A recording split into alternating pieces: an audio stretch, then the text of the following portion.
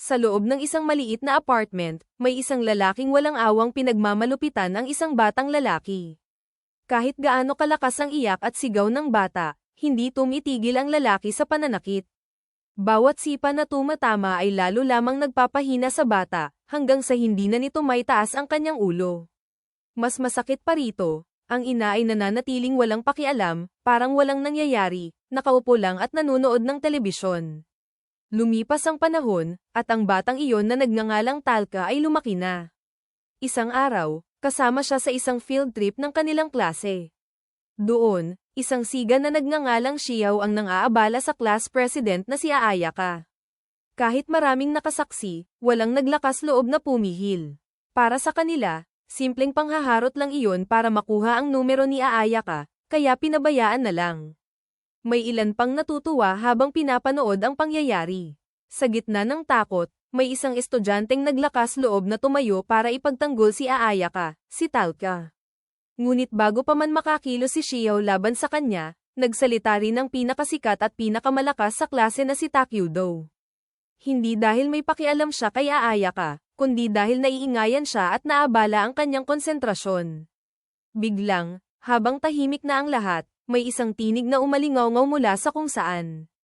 Kasunod nito, isang matinding liwanag ang sumiklab, at sa isang iglap, lahat sila ay napunta sa isang madilim na lugar. Doon, isang diyosa na nagngangalang Vicious ang lumitaw sa itaas nila, ipinahayag na sila ay mga bayani na tinawag mula sa ibang mundo upang labanan ang kasamaan. Ipinaliwanag ni Vicious na ang lugar na iyon ay ang kontinente ng alien.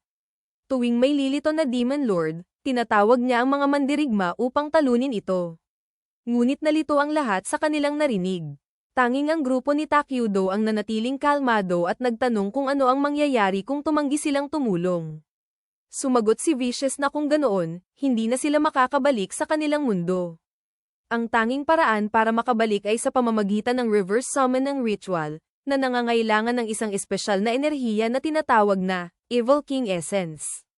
Maaari lamang itong makuha sa dalawang paraan, mula sa puso ng Demon Lord, o sa pamamagitan ng isang espesyal na singsing na kayang sumipsip nito. Nang marinig ito, nagtanong si Ayaka kung paano nila matatalo ang isang Demon Lord gayong ordinaryong tao lamang sila. Sa halip na sagutin ng diretso, nagpakita si Vicious ng isang bihag. Bigla itong inatake ng isang halimaw at agad na pinatay. Pagkatapos, sa isang iglap, pinatay rin ni Vicious ang halimaw gamit ang isang fireball. Isa-isa silang pinahawak sa isang kristal na orb upang masukat ang kanilang kakayahan. Ang kulay at liwanag nito ang magpapakita ng kanilang potensyal. Nang si Takyudo na ang sumubok, nabasag pa ang orb sa lakas ng kanyang kapangyarihan, patunay na siya ay isang S-class. Sina Ayaka at Hajiri ay umabot din sa parehong antas. Isang pambihirang pangyayari ang pagkakaroon ng tatlong S-class sa iisang pagkakataon. May isa pang kakaibang kaso, si Yasu, na ang orb ay naging ganap na itim, hudyat ng pagiging isang shadow hero, na sinasabing pinakamalakas sa lahat. Pagdating kay Talca, naging kulay lila ang orb, ngunit mahina ang liwanag nito kumpara sa iba. Hindi man lang ito pinansin ni Vicious at agad siyang nilampasan. Pagkatapos ng pagsusuri, nakita ng lahat ang kani-kanilang status. Si Talca ay itinuring na E-class, pinakamababa, na may mahihinang stats at may kakayahang magbigay ng mga status effects tulad ng sleep, paralysis, at poison. Hindi nagtagal, tinawag siya ni Vicious sa harapan. Para sa Diyosa, ang tulad niyang E-class ay walang halaga. Ayon sa kanya, ang mga mabababang ranggo ay kadalasang nagiging pabigat lamang sa iba, kaya karaniwang inaalis na sila. Ngunit upang hindi mabigla ang iba, nagpasya siyang bigyan si Talca ng pagkakataon. Ipapadala siya sa isang wasak na lugar. Kung makakaligtas siya at makabalik sa ibabaw, hahayaan na siyang mamuhay ayon sa gusto niya. Isa pa, halos walang silbi ang kanyang mga kakayahan sa mundong iyon. Mababa ang tsansang tumama, mahina ang epekto, at maiksi pa ang tagal. Hindi matanggap ni Talca ang kanyang sinapit, tinawag ng sapilitan, at ngayon ay itinatapon na parang walang kwenta. Ngunit walang pakialam ang mga nasa itaas. Abala sila sa kanilang bagong kapangyarihan, at wala ni isa ang nag-abala sa isang tulad niyang mababang uri. Tanging si Ayaka lamang ang nagtangkang ipagtanggol siya, ngunit hindi sapat ang kanyang lakas upang baguhin ang sitwasyon. Siya ay agad na pinatahimik ni Vicious. Sa galit, sinubukan ni Talca na gamitin ang paralysis laban sa Diyosa, ngunit hindi ito tumalab dahil sa proteksyon nito laban sa lahat ng status effects. Wala na siyang nagawa kundi tanggapin ang kanyang kapalaran. Ngunit bago siya tuluyang mawala, isinumpa niya ang Diyosa, nangakong mabubuhay siya at babalik upang ipakita ang kapalit ng ginawa sa kanya. Sa isang iglap, napunta siya sa isang madilim at wasak na lugar. Hindi na gumagana ang kanyang status window. Mag-isa, hinanap niya ang kanyang paligid, gamit lamang ang isang bag na may ilaw mula sa isang maliit na hiyas. Habang sinusubukan niyang magpakatatag, biglang may isang halimaw na sumugod mula sa dilim. Hindi niya ito makita ng maayos, kaya't tumakbo na lang siya ng buong lakas. Ngunit sa kalaunan, napagod siya at nadapa. Sa kanyang harapan, bumungad ang nakakatakot na mukha ng halimaw, kasabay ng naglalagablab niyang galit sa mga taong nagtulak sa kanya sa ganitong kapalaran. Sa pagitan ng buhay at kamatayan, kumilos si Talca nang hindi nag-iisip at agad na ginamit ang kanyang paralysis. Sa hindi inaasahan, tumama ito at napatigil ang kalaban. Nang makita iyon, hindi na siya nag-aksaya ng oras at mabilis na tumakbo palayo. Ngunit sa kanyang pagtakas, nakasalubong naman niya ang isa pang halimaw, isang uri ng ibon. Sa takot, muli niyang itinaas ang kamay at ginamit ang paralysis, at muli itong tumalab. Doon nagsimulang magduda si Talca, hindi na ito basta swerte lamang. Ngunit kasabay nito, napagtanto niya ang panibagong problema, ubos na ang kanyang MP. Sa natitira niyang isang MP, ginamit niya ang poison laban sa halimaw. Unti-unting kumalat ang lason sa katawan nito, pinahihirapan ito sa sakit. Ngunit dahil sa malaking agwat ng kanilang lakas, hindi ito agad namatay. Habang nagpapahinga si Talca, hindi niya namalayang papalapit na muli ang Minotaur mula kanina. Sa sandaling iyon, naalala niya ang lahat ng kahihiyang naranasan niya mula pagkabata. Sa halip na tumakbo muli, pinili niyang humarap. Buo ang kanyang pasya, lalaban siya. Sinubukan niyang gamitin muli ang paralysis. Ngunit may boses mula sa sistema na nagsabing hindi maaaring gamitin ang parehong kakayahan ng sunod-sunod sa iisang target. Kaya naman ginamit niya ang sleep. Agad na bumagsak ang halimaw at nakatulog. Sinamantala iyon ni Talca at ginamitan ito ng poison upang tuluyang mapatay. Dahil hindi pa siya nakakabawi ng MP, napilitan siyang gumamit ng sarili niyang enerhiya. Sa sandaling iyon, 12 ng mga halimaw na ibon ang dumating. Wala siyang ibang pagpipilian kundi gamitin ang paralysis sa lahat ng ito.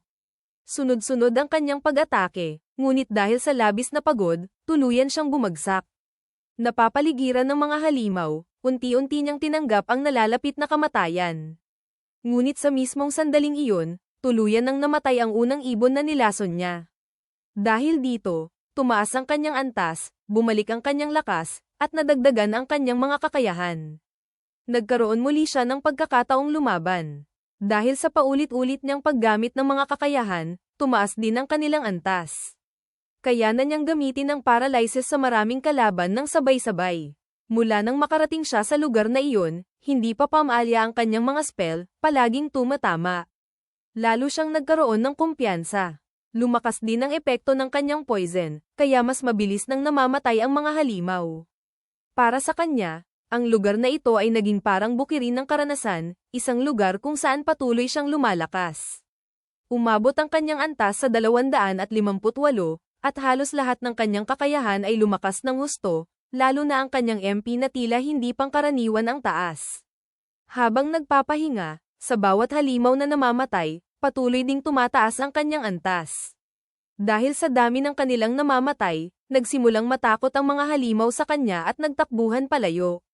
Sa kanyang paglalakbay sa mas malalim na bahagi ng guho, nakakita siya ng maraming kalansay, mga labi ng mga hindi pinalad na mamatay roon. Nakapulot din siya ng ilang gamit na maaaring magsilbing pananggol. Ngunit sa kabila nito, matindi na ang kanyang pangangailangan sa pagkain at tubig. Naalala niya ang mga halimaw na napatay niya, ngunit hindi sila maaaring kainin dahil tila may asido ang kanilang katawan. Sa sandaling iyon, napansin niyang nagkulay ube ang hiyas sa kanyang bag. Sinubukan niyang lagyan ito ng MP, at sa kanyang pagtataka, may lumabas na pagkain, isang pakete ng beef jerky at isang bote ng cola. Agad niya itong kinain at ininom ng walang pag-aalinlangan. Pagkatapos, nagpatuloy siya sa mas mataas na bahagi ng guho. Kahit doon, hindi rin siya nahirapan. Isa-isang bumagsak ang mga halimaw, nagiging karagdagang lakas para sa kanya. Sa gitna ng dugong bumalat sa paligid, bigla niyang naalala ang kanyang nakaraan. Nang makalaya siya sa impyernong tahanan na iyon, tahimik siyang nagpasalamat dahil natutunan niyang maging maunawain at mabait. Ngunit ngayon, habang patuloy siyang kumikitil ng buhay, wala siyang maramdamang kahit ano. Doon siya kinabahan, sa sarili niyang pagbabago. Ngunit wala na siyang magagawa. Sa lugar na iyon, may bagong talka na isinilang. Nagpatuloy siya sa paglalakad hanggang sa nagbago ang anyo ng paligid. May isang kakaibang tarangkahan siyang binuksan. Sa loob nito, nakita niya ang bangkay ng dalawang mandirigma, at sa tabi nila ay isang bag ng mga hiyas na agad niyang kinuha. Sa isa pang silid, natagpuan niya ang bangkay ng dakilang mangkukulam na si Anglan, na kilala rin bilang isang madilim na mandirigma. Ipinalayas din ito ni Vicious sa lugar na iyon. Ngunit bago mamatay, nagawa nitong dalhin ang isang mahalagang aklat, ang Forbidden Arts Encyclopedia, na naglalaman ng mga formula para sa mga potion at mahiwagang kagamitan, pati na rin ang mga ipinagbabawal na spell. Napagtanto ni Talca na napakalakas ng mga ito, ngunit kailangan pa niyang pag-aralan upang magamit. May iniwan ding babala si Anglan, nakasulat sa dugo, mag-ingat sa Soul Eater, lahat ay napatay nito. Sa wakas, matapos ang mahabang paghahanap, narating ni Talca ang labasan ng guho. Habang papalapit, sinikap niyang magpalakas upang makalaban sa huling halimaw. Ngunit sa sandaling lumabas siya, bago pa man siya makagamit ng kahit anong kakayahan, biglang tinamaan ang kanyang braso. Napaurong siya, pinagpapawisan ng malamig habang desperadong naghahanap ng paraan upang lumaban, ngunit wala siyang maisip. Ang halimaw na iyon ay may kakayahang maglabas ng mga malagkit na nilalang na humahabol sa kalaban. Ang mga ito ay may anyo ng mga taong namatay sa lugar na iyon, mga nilalang na tila muling nabuhay sa sandali ng kanilang kamatayan. Binutis ng Soul Eater ang pader at pinagsama ang kanyang mga nilikha upang palibutan si Talca. Naglabas ito ng malakas na alon ng tunog na halos ikabingi niya. Alam ni Talca na ang halimaw na ito ay nasisiyahan sa paghihirap ng kanyang mga biktima. Kaya nagpanggap siya, kunwaring nanghihina, takot, at walang kakayahang patayin ang mga nilalang na may mukha ng tao na humahabol sa kanya. Habang pinapanood ng Soul Eater ang eksena sa harapan nito, tila nag-aalab ang kasiyahan sa kanyang mga mata, umiikot ang mga ito na parang isang adik na nakatagpo ng perpektong biktima. Lumapad ang kanyang ngiti hanggang umabot sa tainga, ninanamnam ang bawat sandali ng paghihirap ni Talca.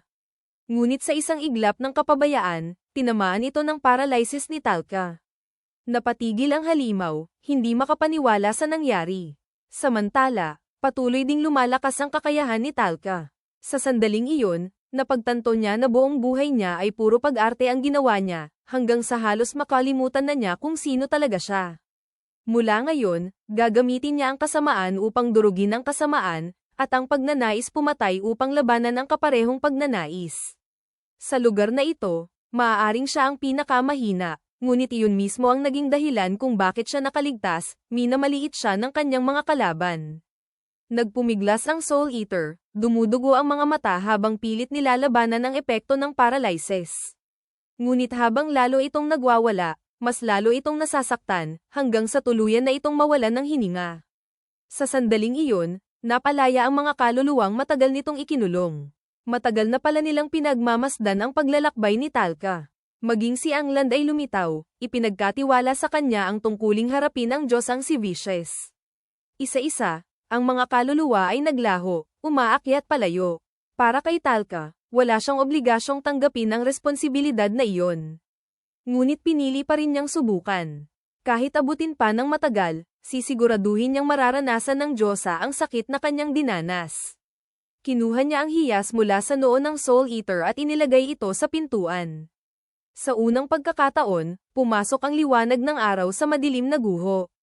Lumingon siya sa likuran, tila nagbibigay ng huling polem, bago tuluyang lumabas. Samantala, sa labas, nagsimula ng manghuli ng mga halimaw ang kanyang mga kaklase upang makakuha ng lakas. Dahil sa pagiging S-class, mabilis na umangat si Takyudo at agad na umabot sa mataas na antas. Ngunit hindi lahat ay kasing bilis niyang nakaangkop. May ilan na hindi kayang tanggapin ang pagpatay, habang ang iba naman, tulad ni Asagi, ay nagsimulang bumuo ng sariling grupo, hinihikayat ang mga katulad ni Papo. Napagtanto ni Asagi na darating ang panahon na mahahati ang kanilang klase.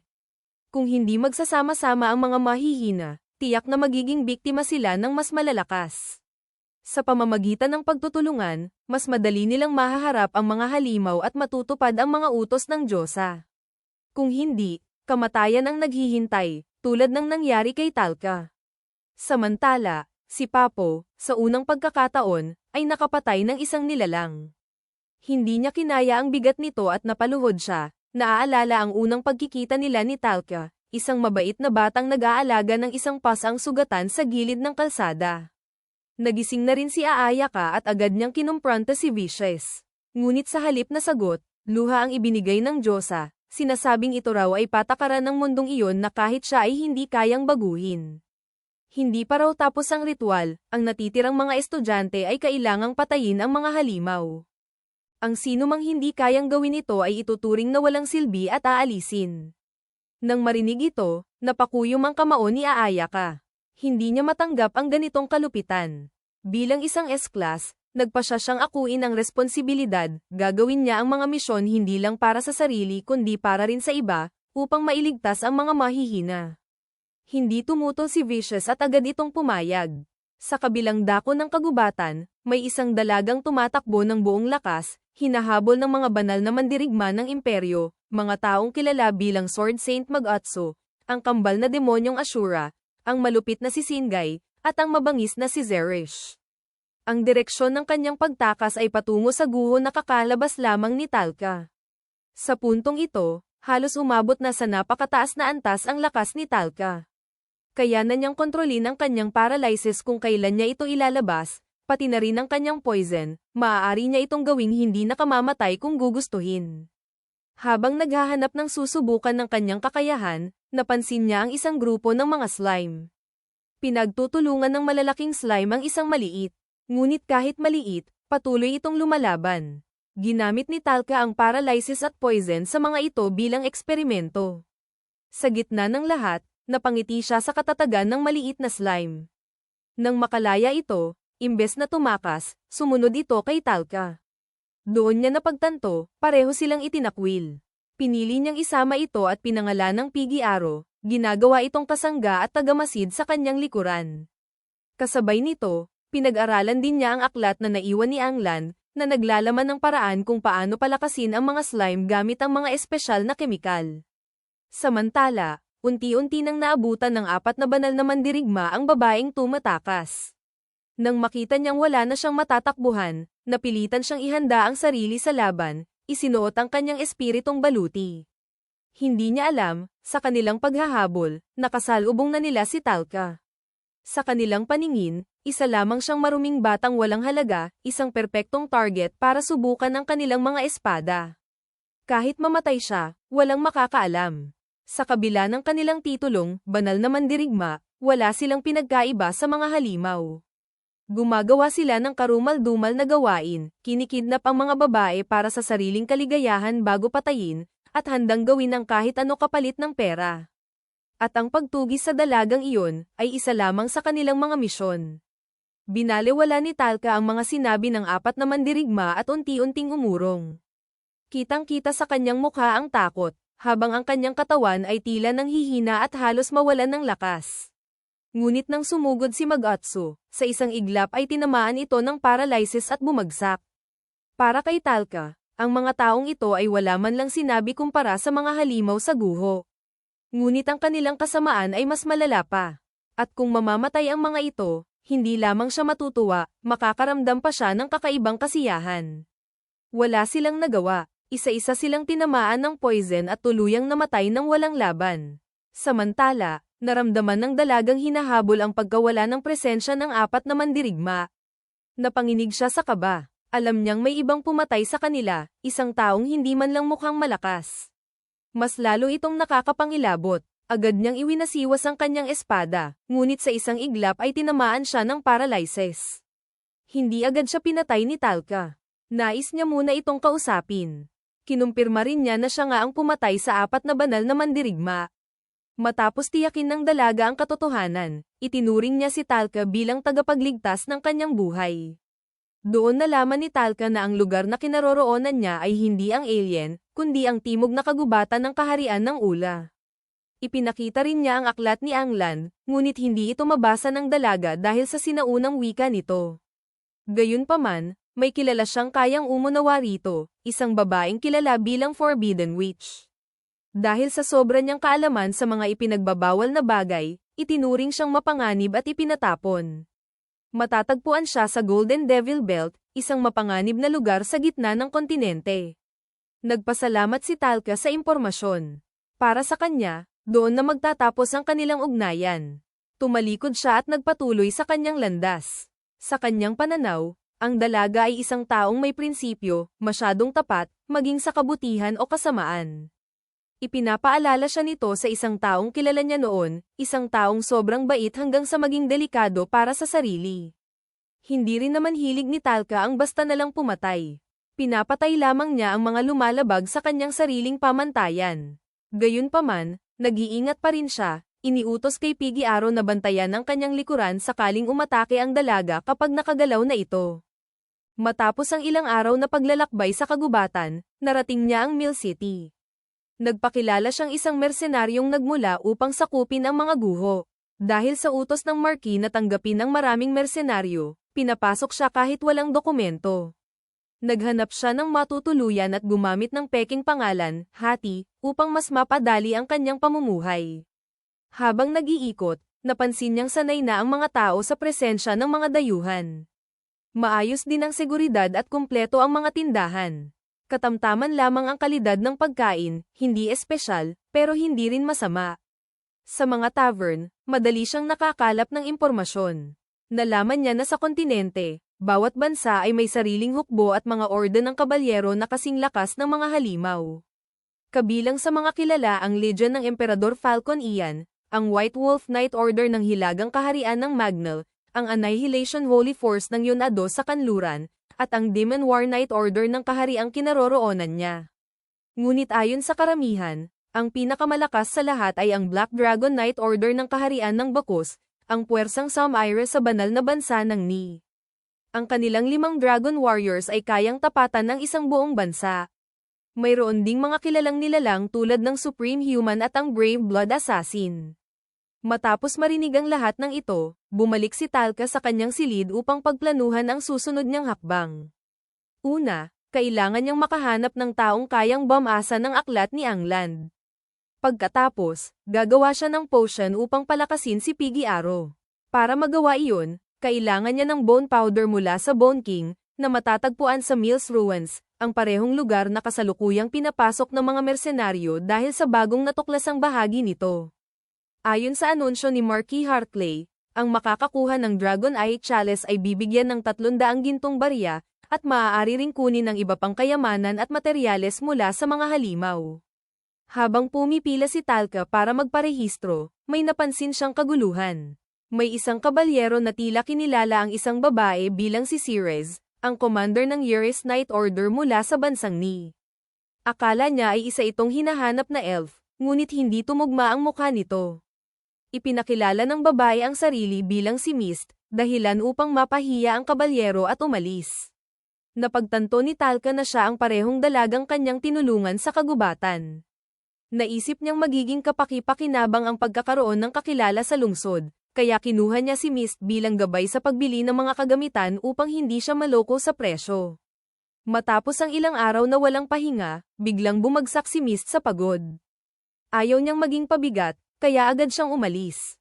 Samantala, pumasok si Talca sa Mills Ruins. Puno ito ng mga halimaw na kahawig ng Minotaur, ngunit mas mahihina. Hindi siya nahirapan sa mga ito, ngunit dahil doon, mas kaunti rin ang nakukuha niyang karanasan. Sa kanyang paggalugad, natuklasan din niya ang balak ng kabalyerong nakita niya kanina, isang plano upang tambangan si Mist. Labis na nagngingit-ngit ang kabalyero matapos siyang mapahiya ni Mist sa harap ng maraming tao. Hindi niya matanggap ang nangyari, hanggang sa umabot sa puntong gusto na lamang niyang patayin ang dalaga. Para kay Talca, kasuklam-suklam ang eksenang iyon, kaya agad siyang hamarang sa kanilang daan. Walang pag-aatubili, ginamit niya ang paralysis at sinundan ito ng poison. Napatigil ang mga kalaban, walang magawa kundi panoorin kung paano unti-unting kumalat ang lason sa kanilang katawan. Para kay Talca, ang pag-aalis sa mga ganitong uri ng tao ay nagdudulot sa kanya ng kakaibang kasiyahan. Dahil sa ingay, may mga halimaw na dumating at sila na mismo ang pumatay sa mga kabalyero bago pa tuluyang kumalat ang lason. Matapos iyon, nagpahinga si Talca ng halos 3 oras bago nagpatuloy sa paggalugad sa huling palapag ng guho. Doon, nakasalubong niya ang Tiger Sword Order. Nagtataka ang mga ito dahil tila may kakaibang nangyayari, ang mga halimaw sa loob ay isa-isang namamatay ng walang malinaw na dahilan. Maging ang kanilang pinuno na si Lily at ang kanyang kanang kamay ay hindi maipaliwanag ang sitwasyon. Bigla na lamang nagiging kulay kayumanggi ang mga halimaw at nawawalan ng buhay, mapamahina man o malakas. Dahil sa pagdududa, nagpasya si Lily na umatras na lamang at huwag nang ipagpatuloy ang pagpasok sa huling bahagi. Inalok din nila si Talca na sumama, ngunit magalang niya itong tinanggihan. Alam niyang siya ang dahilan ng mga pangyayaring iyon, at kung kumalat ang balita, bababa ang bilang ng mga mersenaryo, na mas makakabuti para sa kanya. Sa pinakaloob na silid, lantaran lamang nakalagay ang Dragon Eye Chalice sa ibabaw ng isang batong pedestal. Nang makita niya ang halimaw na bato sa tabi nito, agad niyang naunawaan na iyon ang tagapagbantay. Hindi na siya nagpatumpik-tumpik, agad niyang ginamitan ng paralysis at poison, dahilan upang hindi ito makakilos. Kinuha ni Talca ang chalice at sinuri ito. Sa sandaling iyon, lumitaw si Mist mula sa likuran, kaya iniabot niya rito ang kayamanan. Ngunit tumanggi si Mist na tanggapin iyon ng basta-basta. Para sa kanya, may kaakibat itong dangal, kailangan niyang magbigay ng kapalit na katumbas ng halagang 300 gintong barya. Hindi iyon mahalaga kay Talca. Ang tunay niyang pakay ay ang halimaw na nasa lihim na bahagi sa ilalim ng pedestal. Ipinilit ni Mist na sumama bilang kabayaran sa ibinigay sa kanya, at kahit wala sa plano, napilitan si Talca na pumayag. Sa kanyang pagtataka, hindi rin pala mahina si Mist. Ipinaliwanag pa nito na ang mga halimaw na may dilaw na mata ay nagbibigay ng mas mataas na karanasan sa mga mandirigmang mula sa ibang mundo. Ang mga ito ay naapektuhan ng Evil King Essence, na nagpapalabas ng kanilang marahas na likas na ugali. Dahil dito, naalala ni Talca si Takyudo, ang mandirigmang tila may kakaibang kapangyarihan. Hindi maganda ang kutob niya rito. Binuksan nila ang huling pintuang bato, naghahanda sa laban na naghihintay sa loob. Ipinakilala rin ni Talca kay Mist si Piggy Arrow, ang slime na kanyang pinalalaki. Nagpahinga muna sila bago harapin ang susunod na pagsubok. Habang natutulog, nawala ang panlilinlang ni Mist, at lumitaw ang kanyang tunay na anyo, si Ceres, ang dating pinuno ng mga kabalyero ng banal na bansa ng Ni. Samantala, natunton ng Black Dragon Knight Order ang lugar kung saan napatay ang 4 na banal na mandirigma. Ang Supreme Human na si Chobido ay lalo pang naengganyo sa lakas ng espiritong baluti ni Ceres, inaasam ang pagkakataong makaharap siya. Nagising si Ceres at agad na tumayo, panatag na hindi pa nalalaman ni Talca ang kanyang tunay na pagkatao. Magkasama silang pumasok sa pinakaloob na silid ng dungeon. Biglang sumabog ang pader at lumitaw ang Bone King, agad silang inatake. Malinaw na mas malakas ito kumpara sa ibang halimaw. Napansin ni Ceres na ang mahinang bahagi nito ay ang pilak na bahagi sa ilalim ng baba, kung masisira iyon, maaaring matalo ang halimaw. Ngunit hindi ito kalabang kayang harapin ng karaniwang mersenaryo. Kahit ang Tiger Sword Order ay maaaring walang laban dito. Upang makasabay, ginamit ni Ceres ang kanyang spirit armor upang pansamantalang palakasin ang sarili. Nang makita ito ng halimaw, itinuring siya nitong banta at nagsimulang mag-ipon ng enerhiya sa bibig nito, handang umatake anumang oras. Ngunit para kay Talca, wala itong saysay. Itinaas niya ang kanyang kamay at muling ginamit ang paralysis at poison. Sa isang iglap, napatigil ang halimaw, walang kakayahang lumaban. Matapos nito, kinuha ni Talca ang bone powder mula sa katawan ng Bone King. Habang abala siya, may napansin si Piggy Arrow. Sa isang sulok, may nakita itong itlog na nakabalot sa mahiwagang tela. Hindi man nila alam kung ano iyon, kinuha na rin nila ito bilang posibleng mahalagang bagay. Habang si Talca ay kumikilos ng tila walang kahirap-hirap, ang kanyang mga kaklase naman ay nahihirapan sa kanilang paggalugad sa dungeon. Kinagabihan, Inimbitahan ni Talca si Ceres sa kanyang silid upang makipag-usap. Nais niya itong kunin bilang personal na tagapagtanggol. Ang kanyang layunin ay makarating sa Golden Devil Belt upang hanapin ang Forbidden Witch.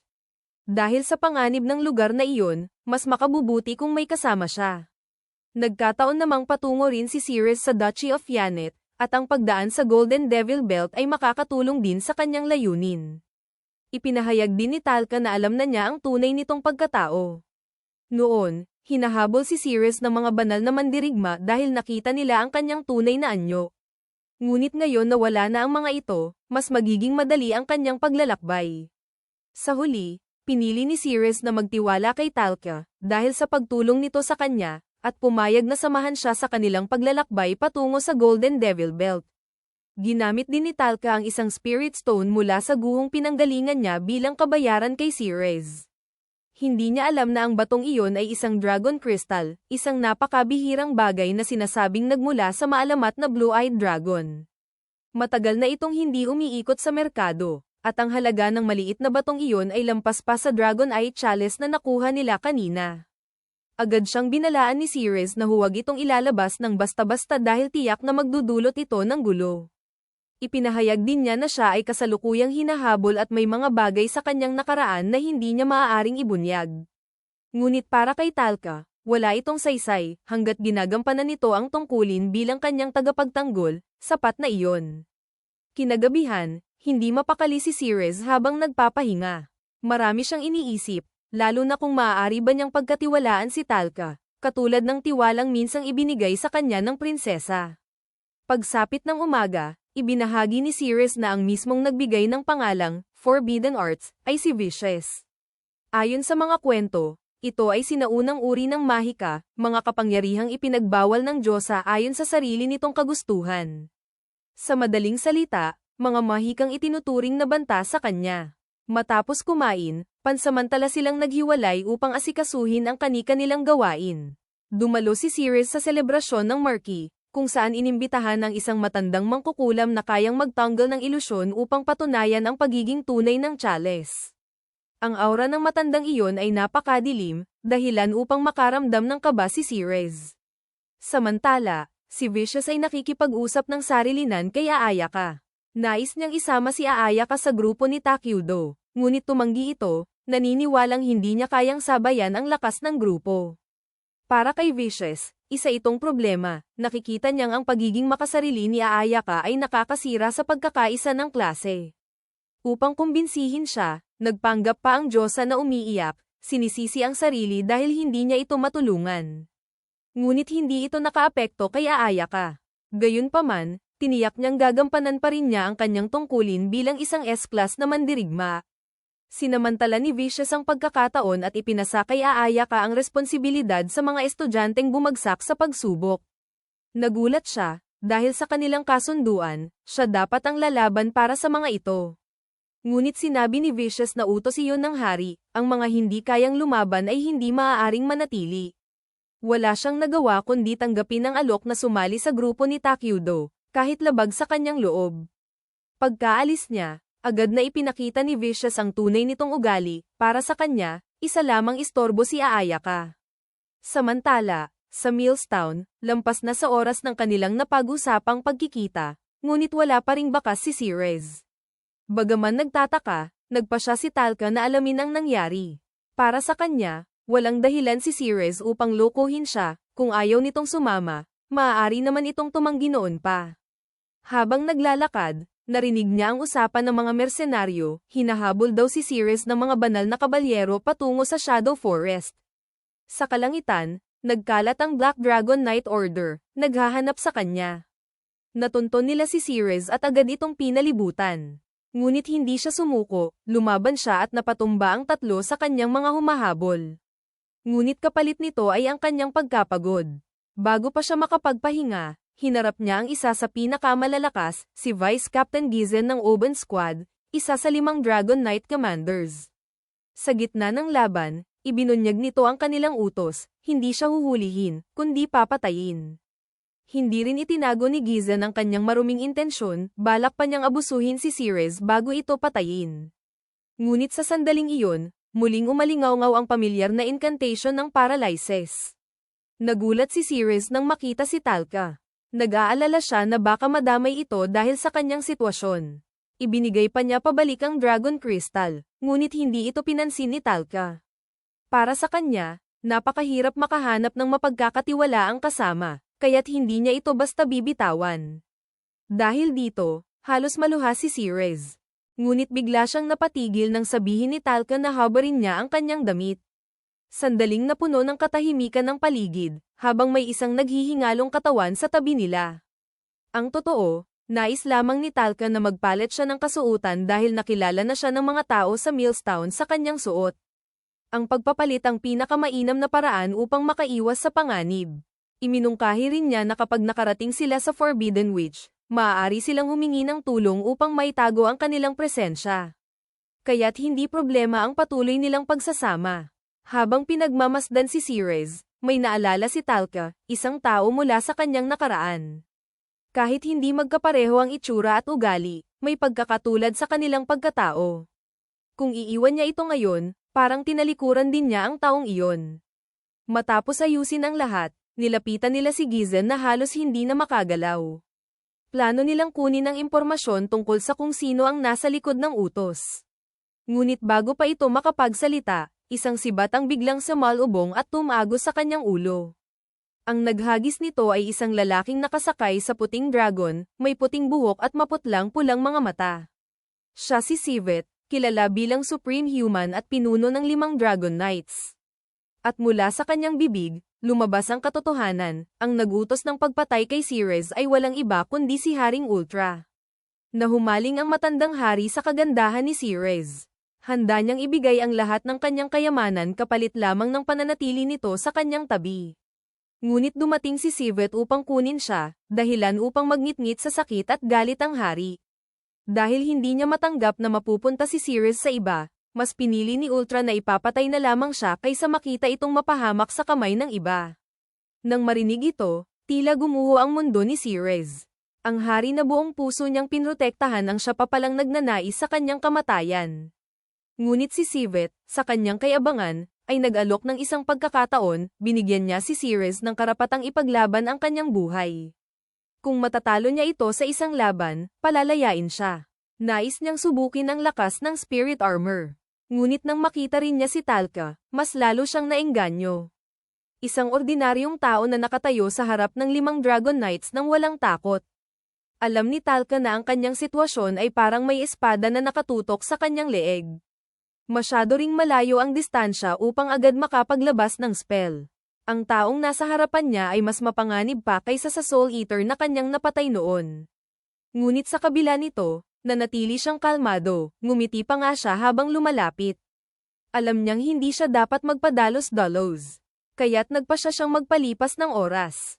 Tinanong niya si Civet kung naghahanap ba ito ng kalabang makakapagbigay sa kanya ng kasiyahan, at iminungkahi ang Diyos ang si Vicious bilang isang karapat-dapat na katunggali. Alam na iyon ni Civet, ngunit dahil sa ugnayan ng kanyang kaharian sa alien, hindi iyon basta-basta mangyayari. Gayunpaman, may inaasahan siya sa mga mandirigmang tinawag mula sa ibang mundo. Dito nakita ni Talca ang kahinaan nito. Agad niyang ipinahayag na isa rin siyang mandirigmang mula sa ibang mundo. Ipinaliwanag niyang kakaiba ang kanyang sitwasyon kaya siya ipinadala upang kumilos ng mag-isa. Hindi man ito ganap na kasinungalingan, isa itong ibang paraan ng pagtingin sa katotohanan. Nangako rin siya, kung bibigyan siya ng oras, babalik siya balang araw na mas malakas at siya mismo ang papatay kay Civet. Ito mismo ang nais marinig ng huli. Agad itong pumayag at maging si Ceres ay pinatawad. Lumapit pa si Talca upang magtakda ng araw ng kanilang paghaharap. Napatawa si Civet sa kakaibang pangyayaring ito at inutusan ng kanyang mga tauhan na huwag galawin sina Talca at Ceres. Ngunit ang lahat ng iyon ay bahagi lamang ng plano. Sa mismong sandaling iyon, sabay na ginamitan ni Talca ng paralysis si Civet at ang 5 Dragon Knights. Bagaman nakita ni Civet ang galaw niya, hindi ito naging sapat upang makaiwas, bumagsak din siya sa lupa. Ngunit bilang Supreme Human, kahit tinamaan ng paralysis, nagawa pa rin niyang gumalaw. Isang napakalaking banta, at para kay Talca, kailangan itong alisin agad. Nanginginig ang kanyang mga kamay habang pinagpapawisan siya, ngunit hindi siya tumigil. Agad niyang ginamitan ng poison ang lahat ng kalaban. Si Civet, duguan at halos mawalan ng lakas, ay sinubukang abutin ang kanyang sibat, isang huling pagsubok bago tuluyang bumagsak. Sa sandaling mamatay ang isang commander, may inilulunsad na senadorya sa kalangitan upang ipaalam sa iba. At gaya ng inaasahan, dumating ang iba pang unit ng Black Dragon Knight Order. Iniutos ni Civet sa kanyang mga tauhan na umatake mula sa malayo. Habang naghahanda ang kalaban, ginamit ni Talca ang bagong kakayahang nakuha niya, ang pagsasanib nila ni Piggy Arrow. Pinahusay ang slime at isinama sa kanyang katawan. Mula rito, naglabasan ang mga Galamay na agad naglapit sa mga kalaban upang gamitin ang paralysis. Kasabay nito, nadagdagan pa ang kanyang mga kakayahan. May kakayahan na siyang magpasiklab ng marahas na galit gamit ang berserk, at kapag pinagsama sa paralysis, mas mabilis mamatay ang kalaban. Maaari rin niyang gamitin ang dark upang balutin ang paligid ng kadiliman at hadlangan ang paningin ng mga kalaban. Isa-isa, bumagsak ang mga kabalyero. Sa huli, si Civet na lamang ang natira, nakahiga sa lupa, puno ng galit ang mga mata habang nakatingin kay Talca, hanggang sa tuluyan itong pumikit. Namatay ang pinakamalakas na tao. Kinagabihan, ibinahagi ni Talca kay Ceres ang mga plano at panlilinlang ng Diyos ang si Vicious. Walang pag-aalinlangan, inalok ni Ceres ang kanyang lakas upang tulungan siya sa paghihiganti. Para kay Talca, isa lamang itong pansariling paghihiganti. Hindi ito ang uri ng katarungan na hinahanap ni Ceres. Ngunit para sa kanya, ito ay paraan upang suklian ang utang na loob, dahil iniligtas siya ni Talca kahit isinugol nito ang sariling buhay. Sa huli, tinanggap ni Talca ang kanyang tulong. Magkasama silang naglakbay, dala ang iisang layunin, ang pabagsakin ng Diyos ang kanilang kinamumuhian. Samantala, may 3 sundalo na nag-iinspeksyon sa guho. Napansin nilang hindi na nagbabago ang kulay ng kristal tulad ng dati. May isang batang sundalo ang nagmungkahi na iulat ito sa alien, ngunit tinanggihan ng 2 nakatatanda. Para sa kanila, imposibleng may nakatakas mula roon, marahil ay nasira lamang ang kristal. Hindi nila alam, ang unang taong nakatakas sa impyernong iyon ay kasalukuyang namumuhay ng payapa sa isang bayan, dumadalo pa sa isang pista. Doon, nakita ni Talca ang isang maskara, ang Fly King Mask. Ito ay pag-aari ng hari ng mga demonyo na minsang ginawang tanggulan ang Demon Island laban sa mga mananakop. Ngunit sa huli, siya rin ay pinatalsik at ang kanyang hukbo ay nalipol. Gayunpaman, ang kanilang sakripisyo ay kinilala at hinangaan ng marami. Kinuha ni Talca ang maskara. Alam niyang hindi siya nababagay sa pagiging matuwid. Mas angkop sa kanya ang landas ng isang demonyo. Sa pagpupulong ng mga pinuno ng iba't ibang kaharian, hindi pa rin makapaniwala si Sigmes, ang White Wolf King ng Magnar, na ang Supreme Human ay napatay. Ngunit si JYN, ang Demon War King ng kaharian ng Ula, ay personal nang nakakita sa mga bangkay ng 5 Dragon Knights at kasalukuyang iniimbestigahan ang dahilan ng kanilang pagkamatay. Samantala, si Yusef, ang hari ng alien, ay ipinagkatiwala kay Vicious ang pag-uulat. Ayon sa Diyosa, napatay ang Black Dragon Knight Order habang hinahabol si Ceres mula sa banal na bansa ng Ni. Si Alma, ang tagapangalaga ng Holy Eye ng Duchy ng Yonit, ay kinumpirma rin na si Ceres nga ang dating commander ng Holy Knight Order ng Ni. May nakita pa silang dugong tela na pinaniniwala ang pag-aari nito. Batay sa kalagayan ng dugo, maaaring malubha itong nasugatan o patay na. Para kay Vicious, isang malaking kawalan ang pagkawala ng Black Dragon Knight Order sa kanilang alyansa. Dahil dito, lalong naging mahalaga ang papel ng mga mandirigmang mula sa ibang mundo. Ngunit hindi nag-atubiling ipahayag ni Falcantizien, ang emperador ng Mere Empire, na tila alien ang higit na nakinabang sa sitwasyon, sapagkat sa oras na muling lumitaw ang ugat ng kasamaan, mapipilitang umasa ang ibang kaharian sa kanila. Hindi nagtagal, may dumating na ulat, may isang grupo ang umaako sa pagpatay sa Black Dragon Knight Order. Ito ay ang Ascent Curse Mage Society. Habang ang mga usaping iyon ay nagaganap, sina Talca at Ceres ay patuloy sa kanilang paglalakbay pahilaga, hanggang marating nila ang kabisera ng kaharian ng Ula, ang Monroy. Doon matatagpuan ang kilalang Blood Arena, isang lugar kung saan ang mga alipin at mersenaryo ay naglalaban hanggang kamatayan bilang mga blood gladiators. Dito na nagtatapos ang ating video. Kung gusto mo ng mga ganitong anime ay maaari kang mag-comment o mag-like para naman malaman ko kung marami ang may gusto nito.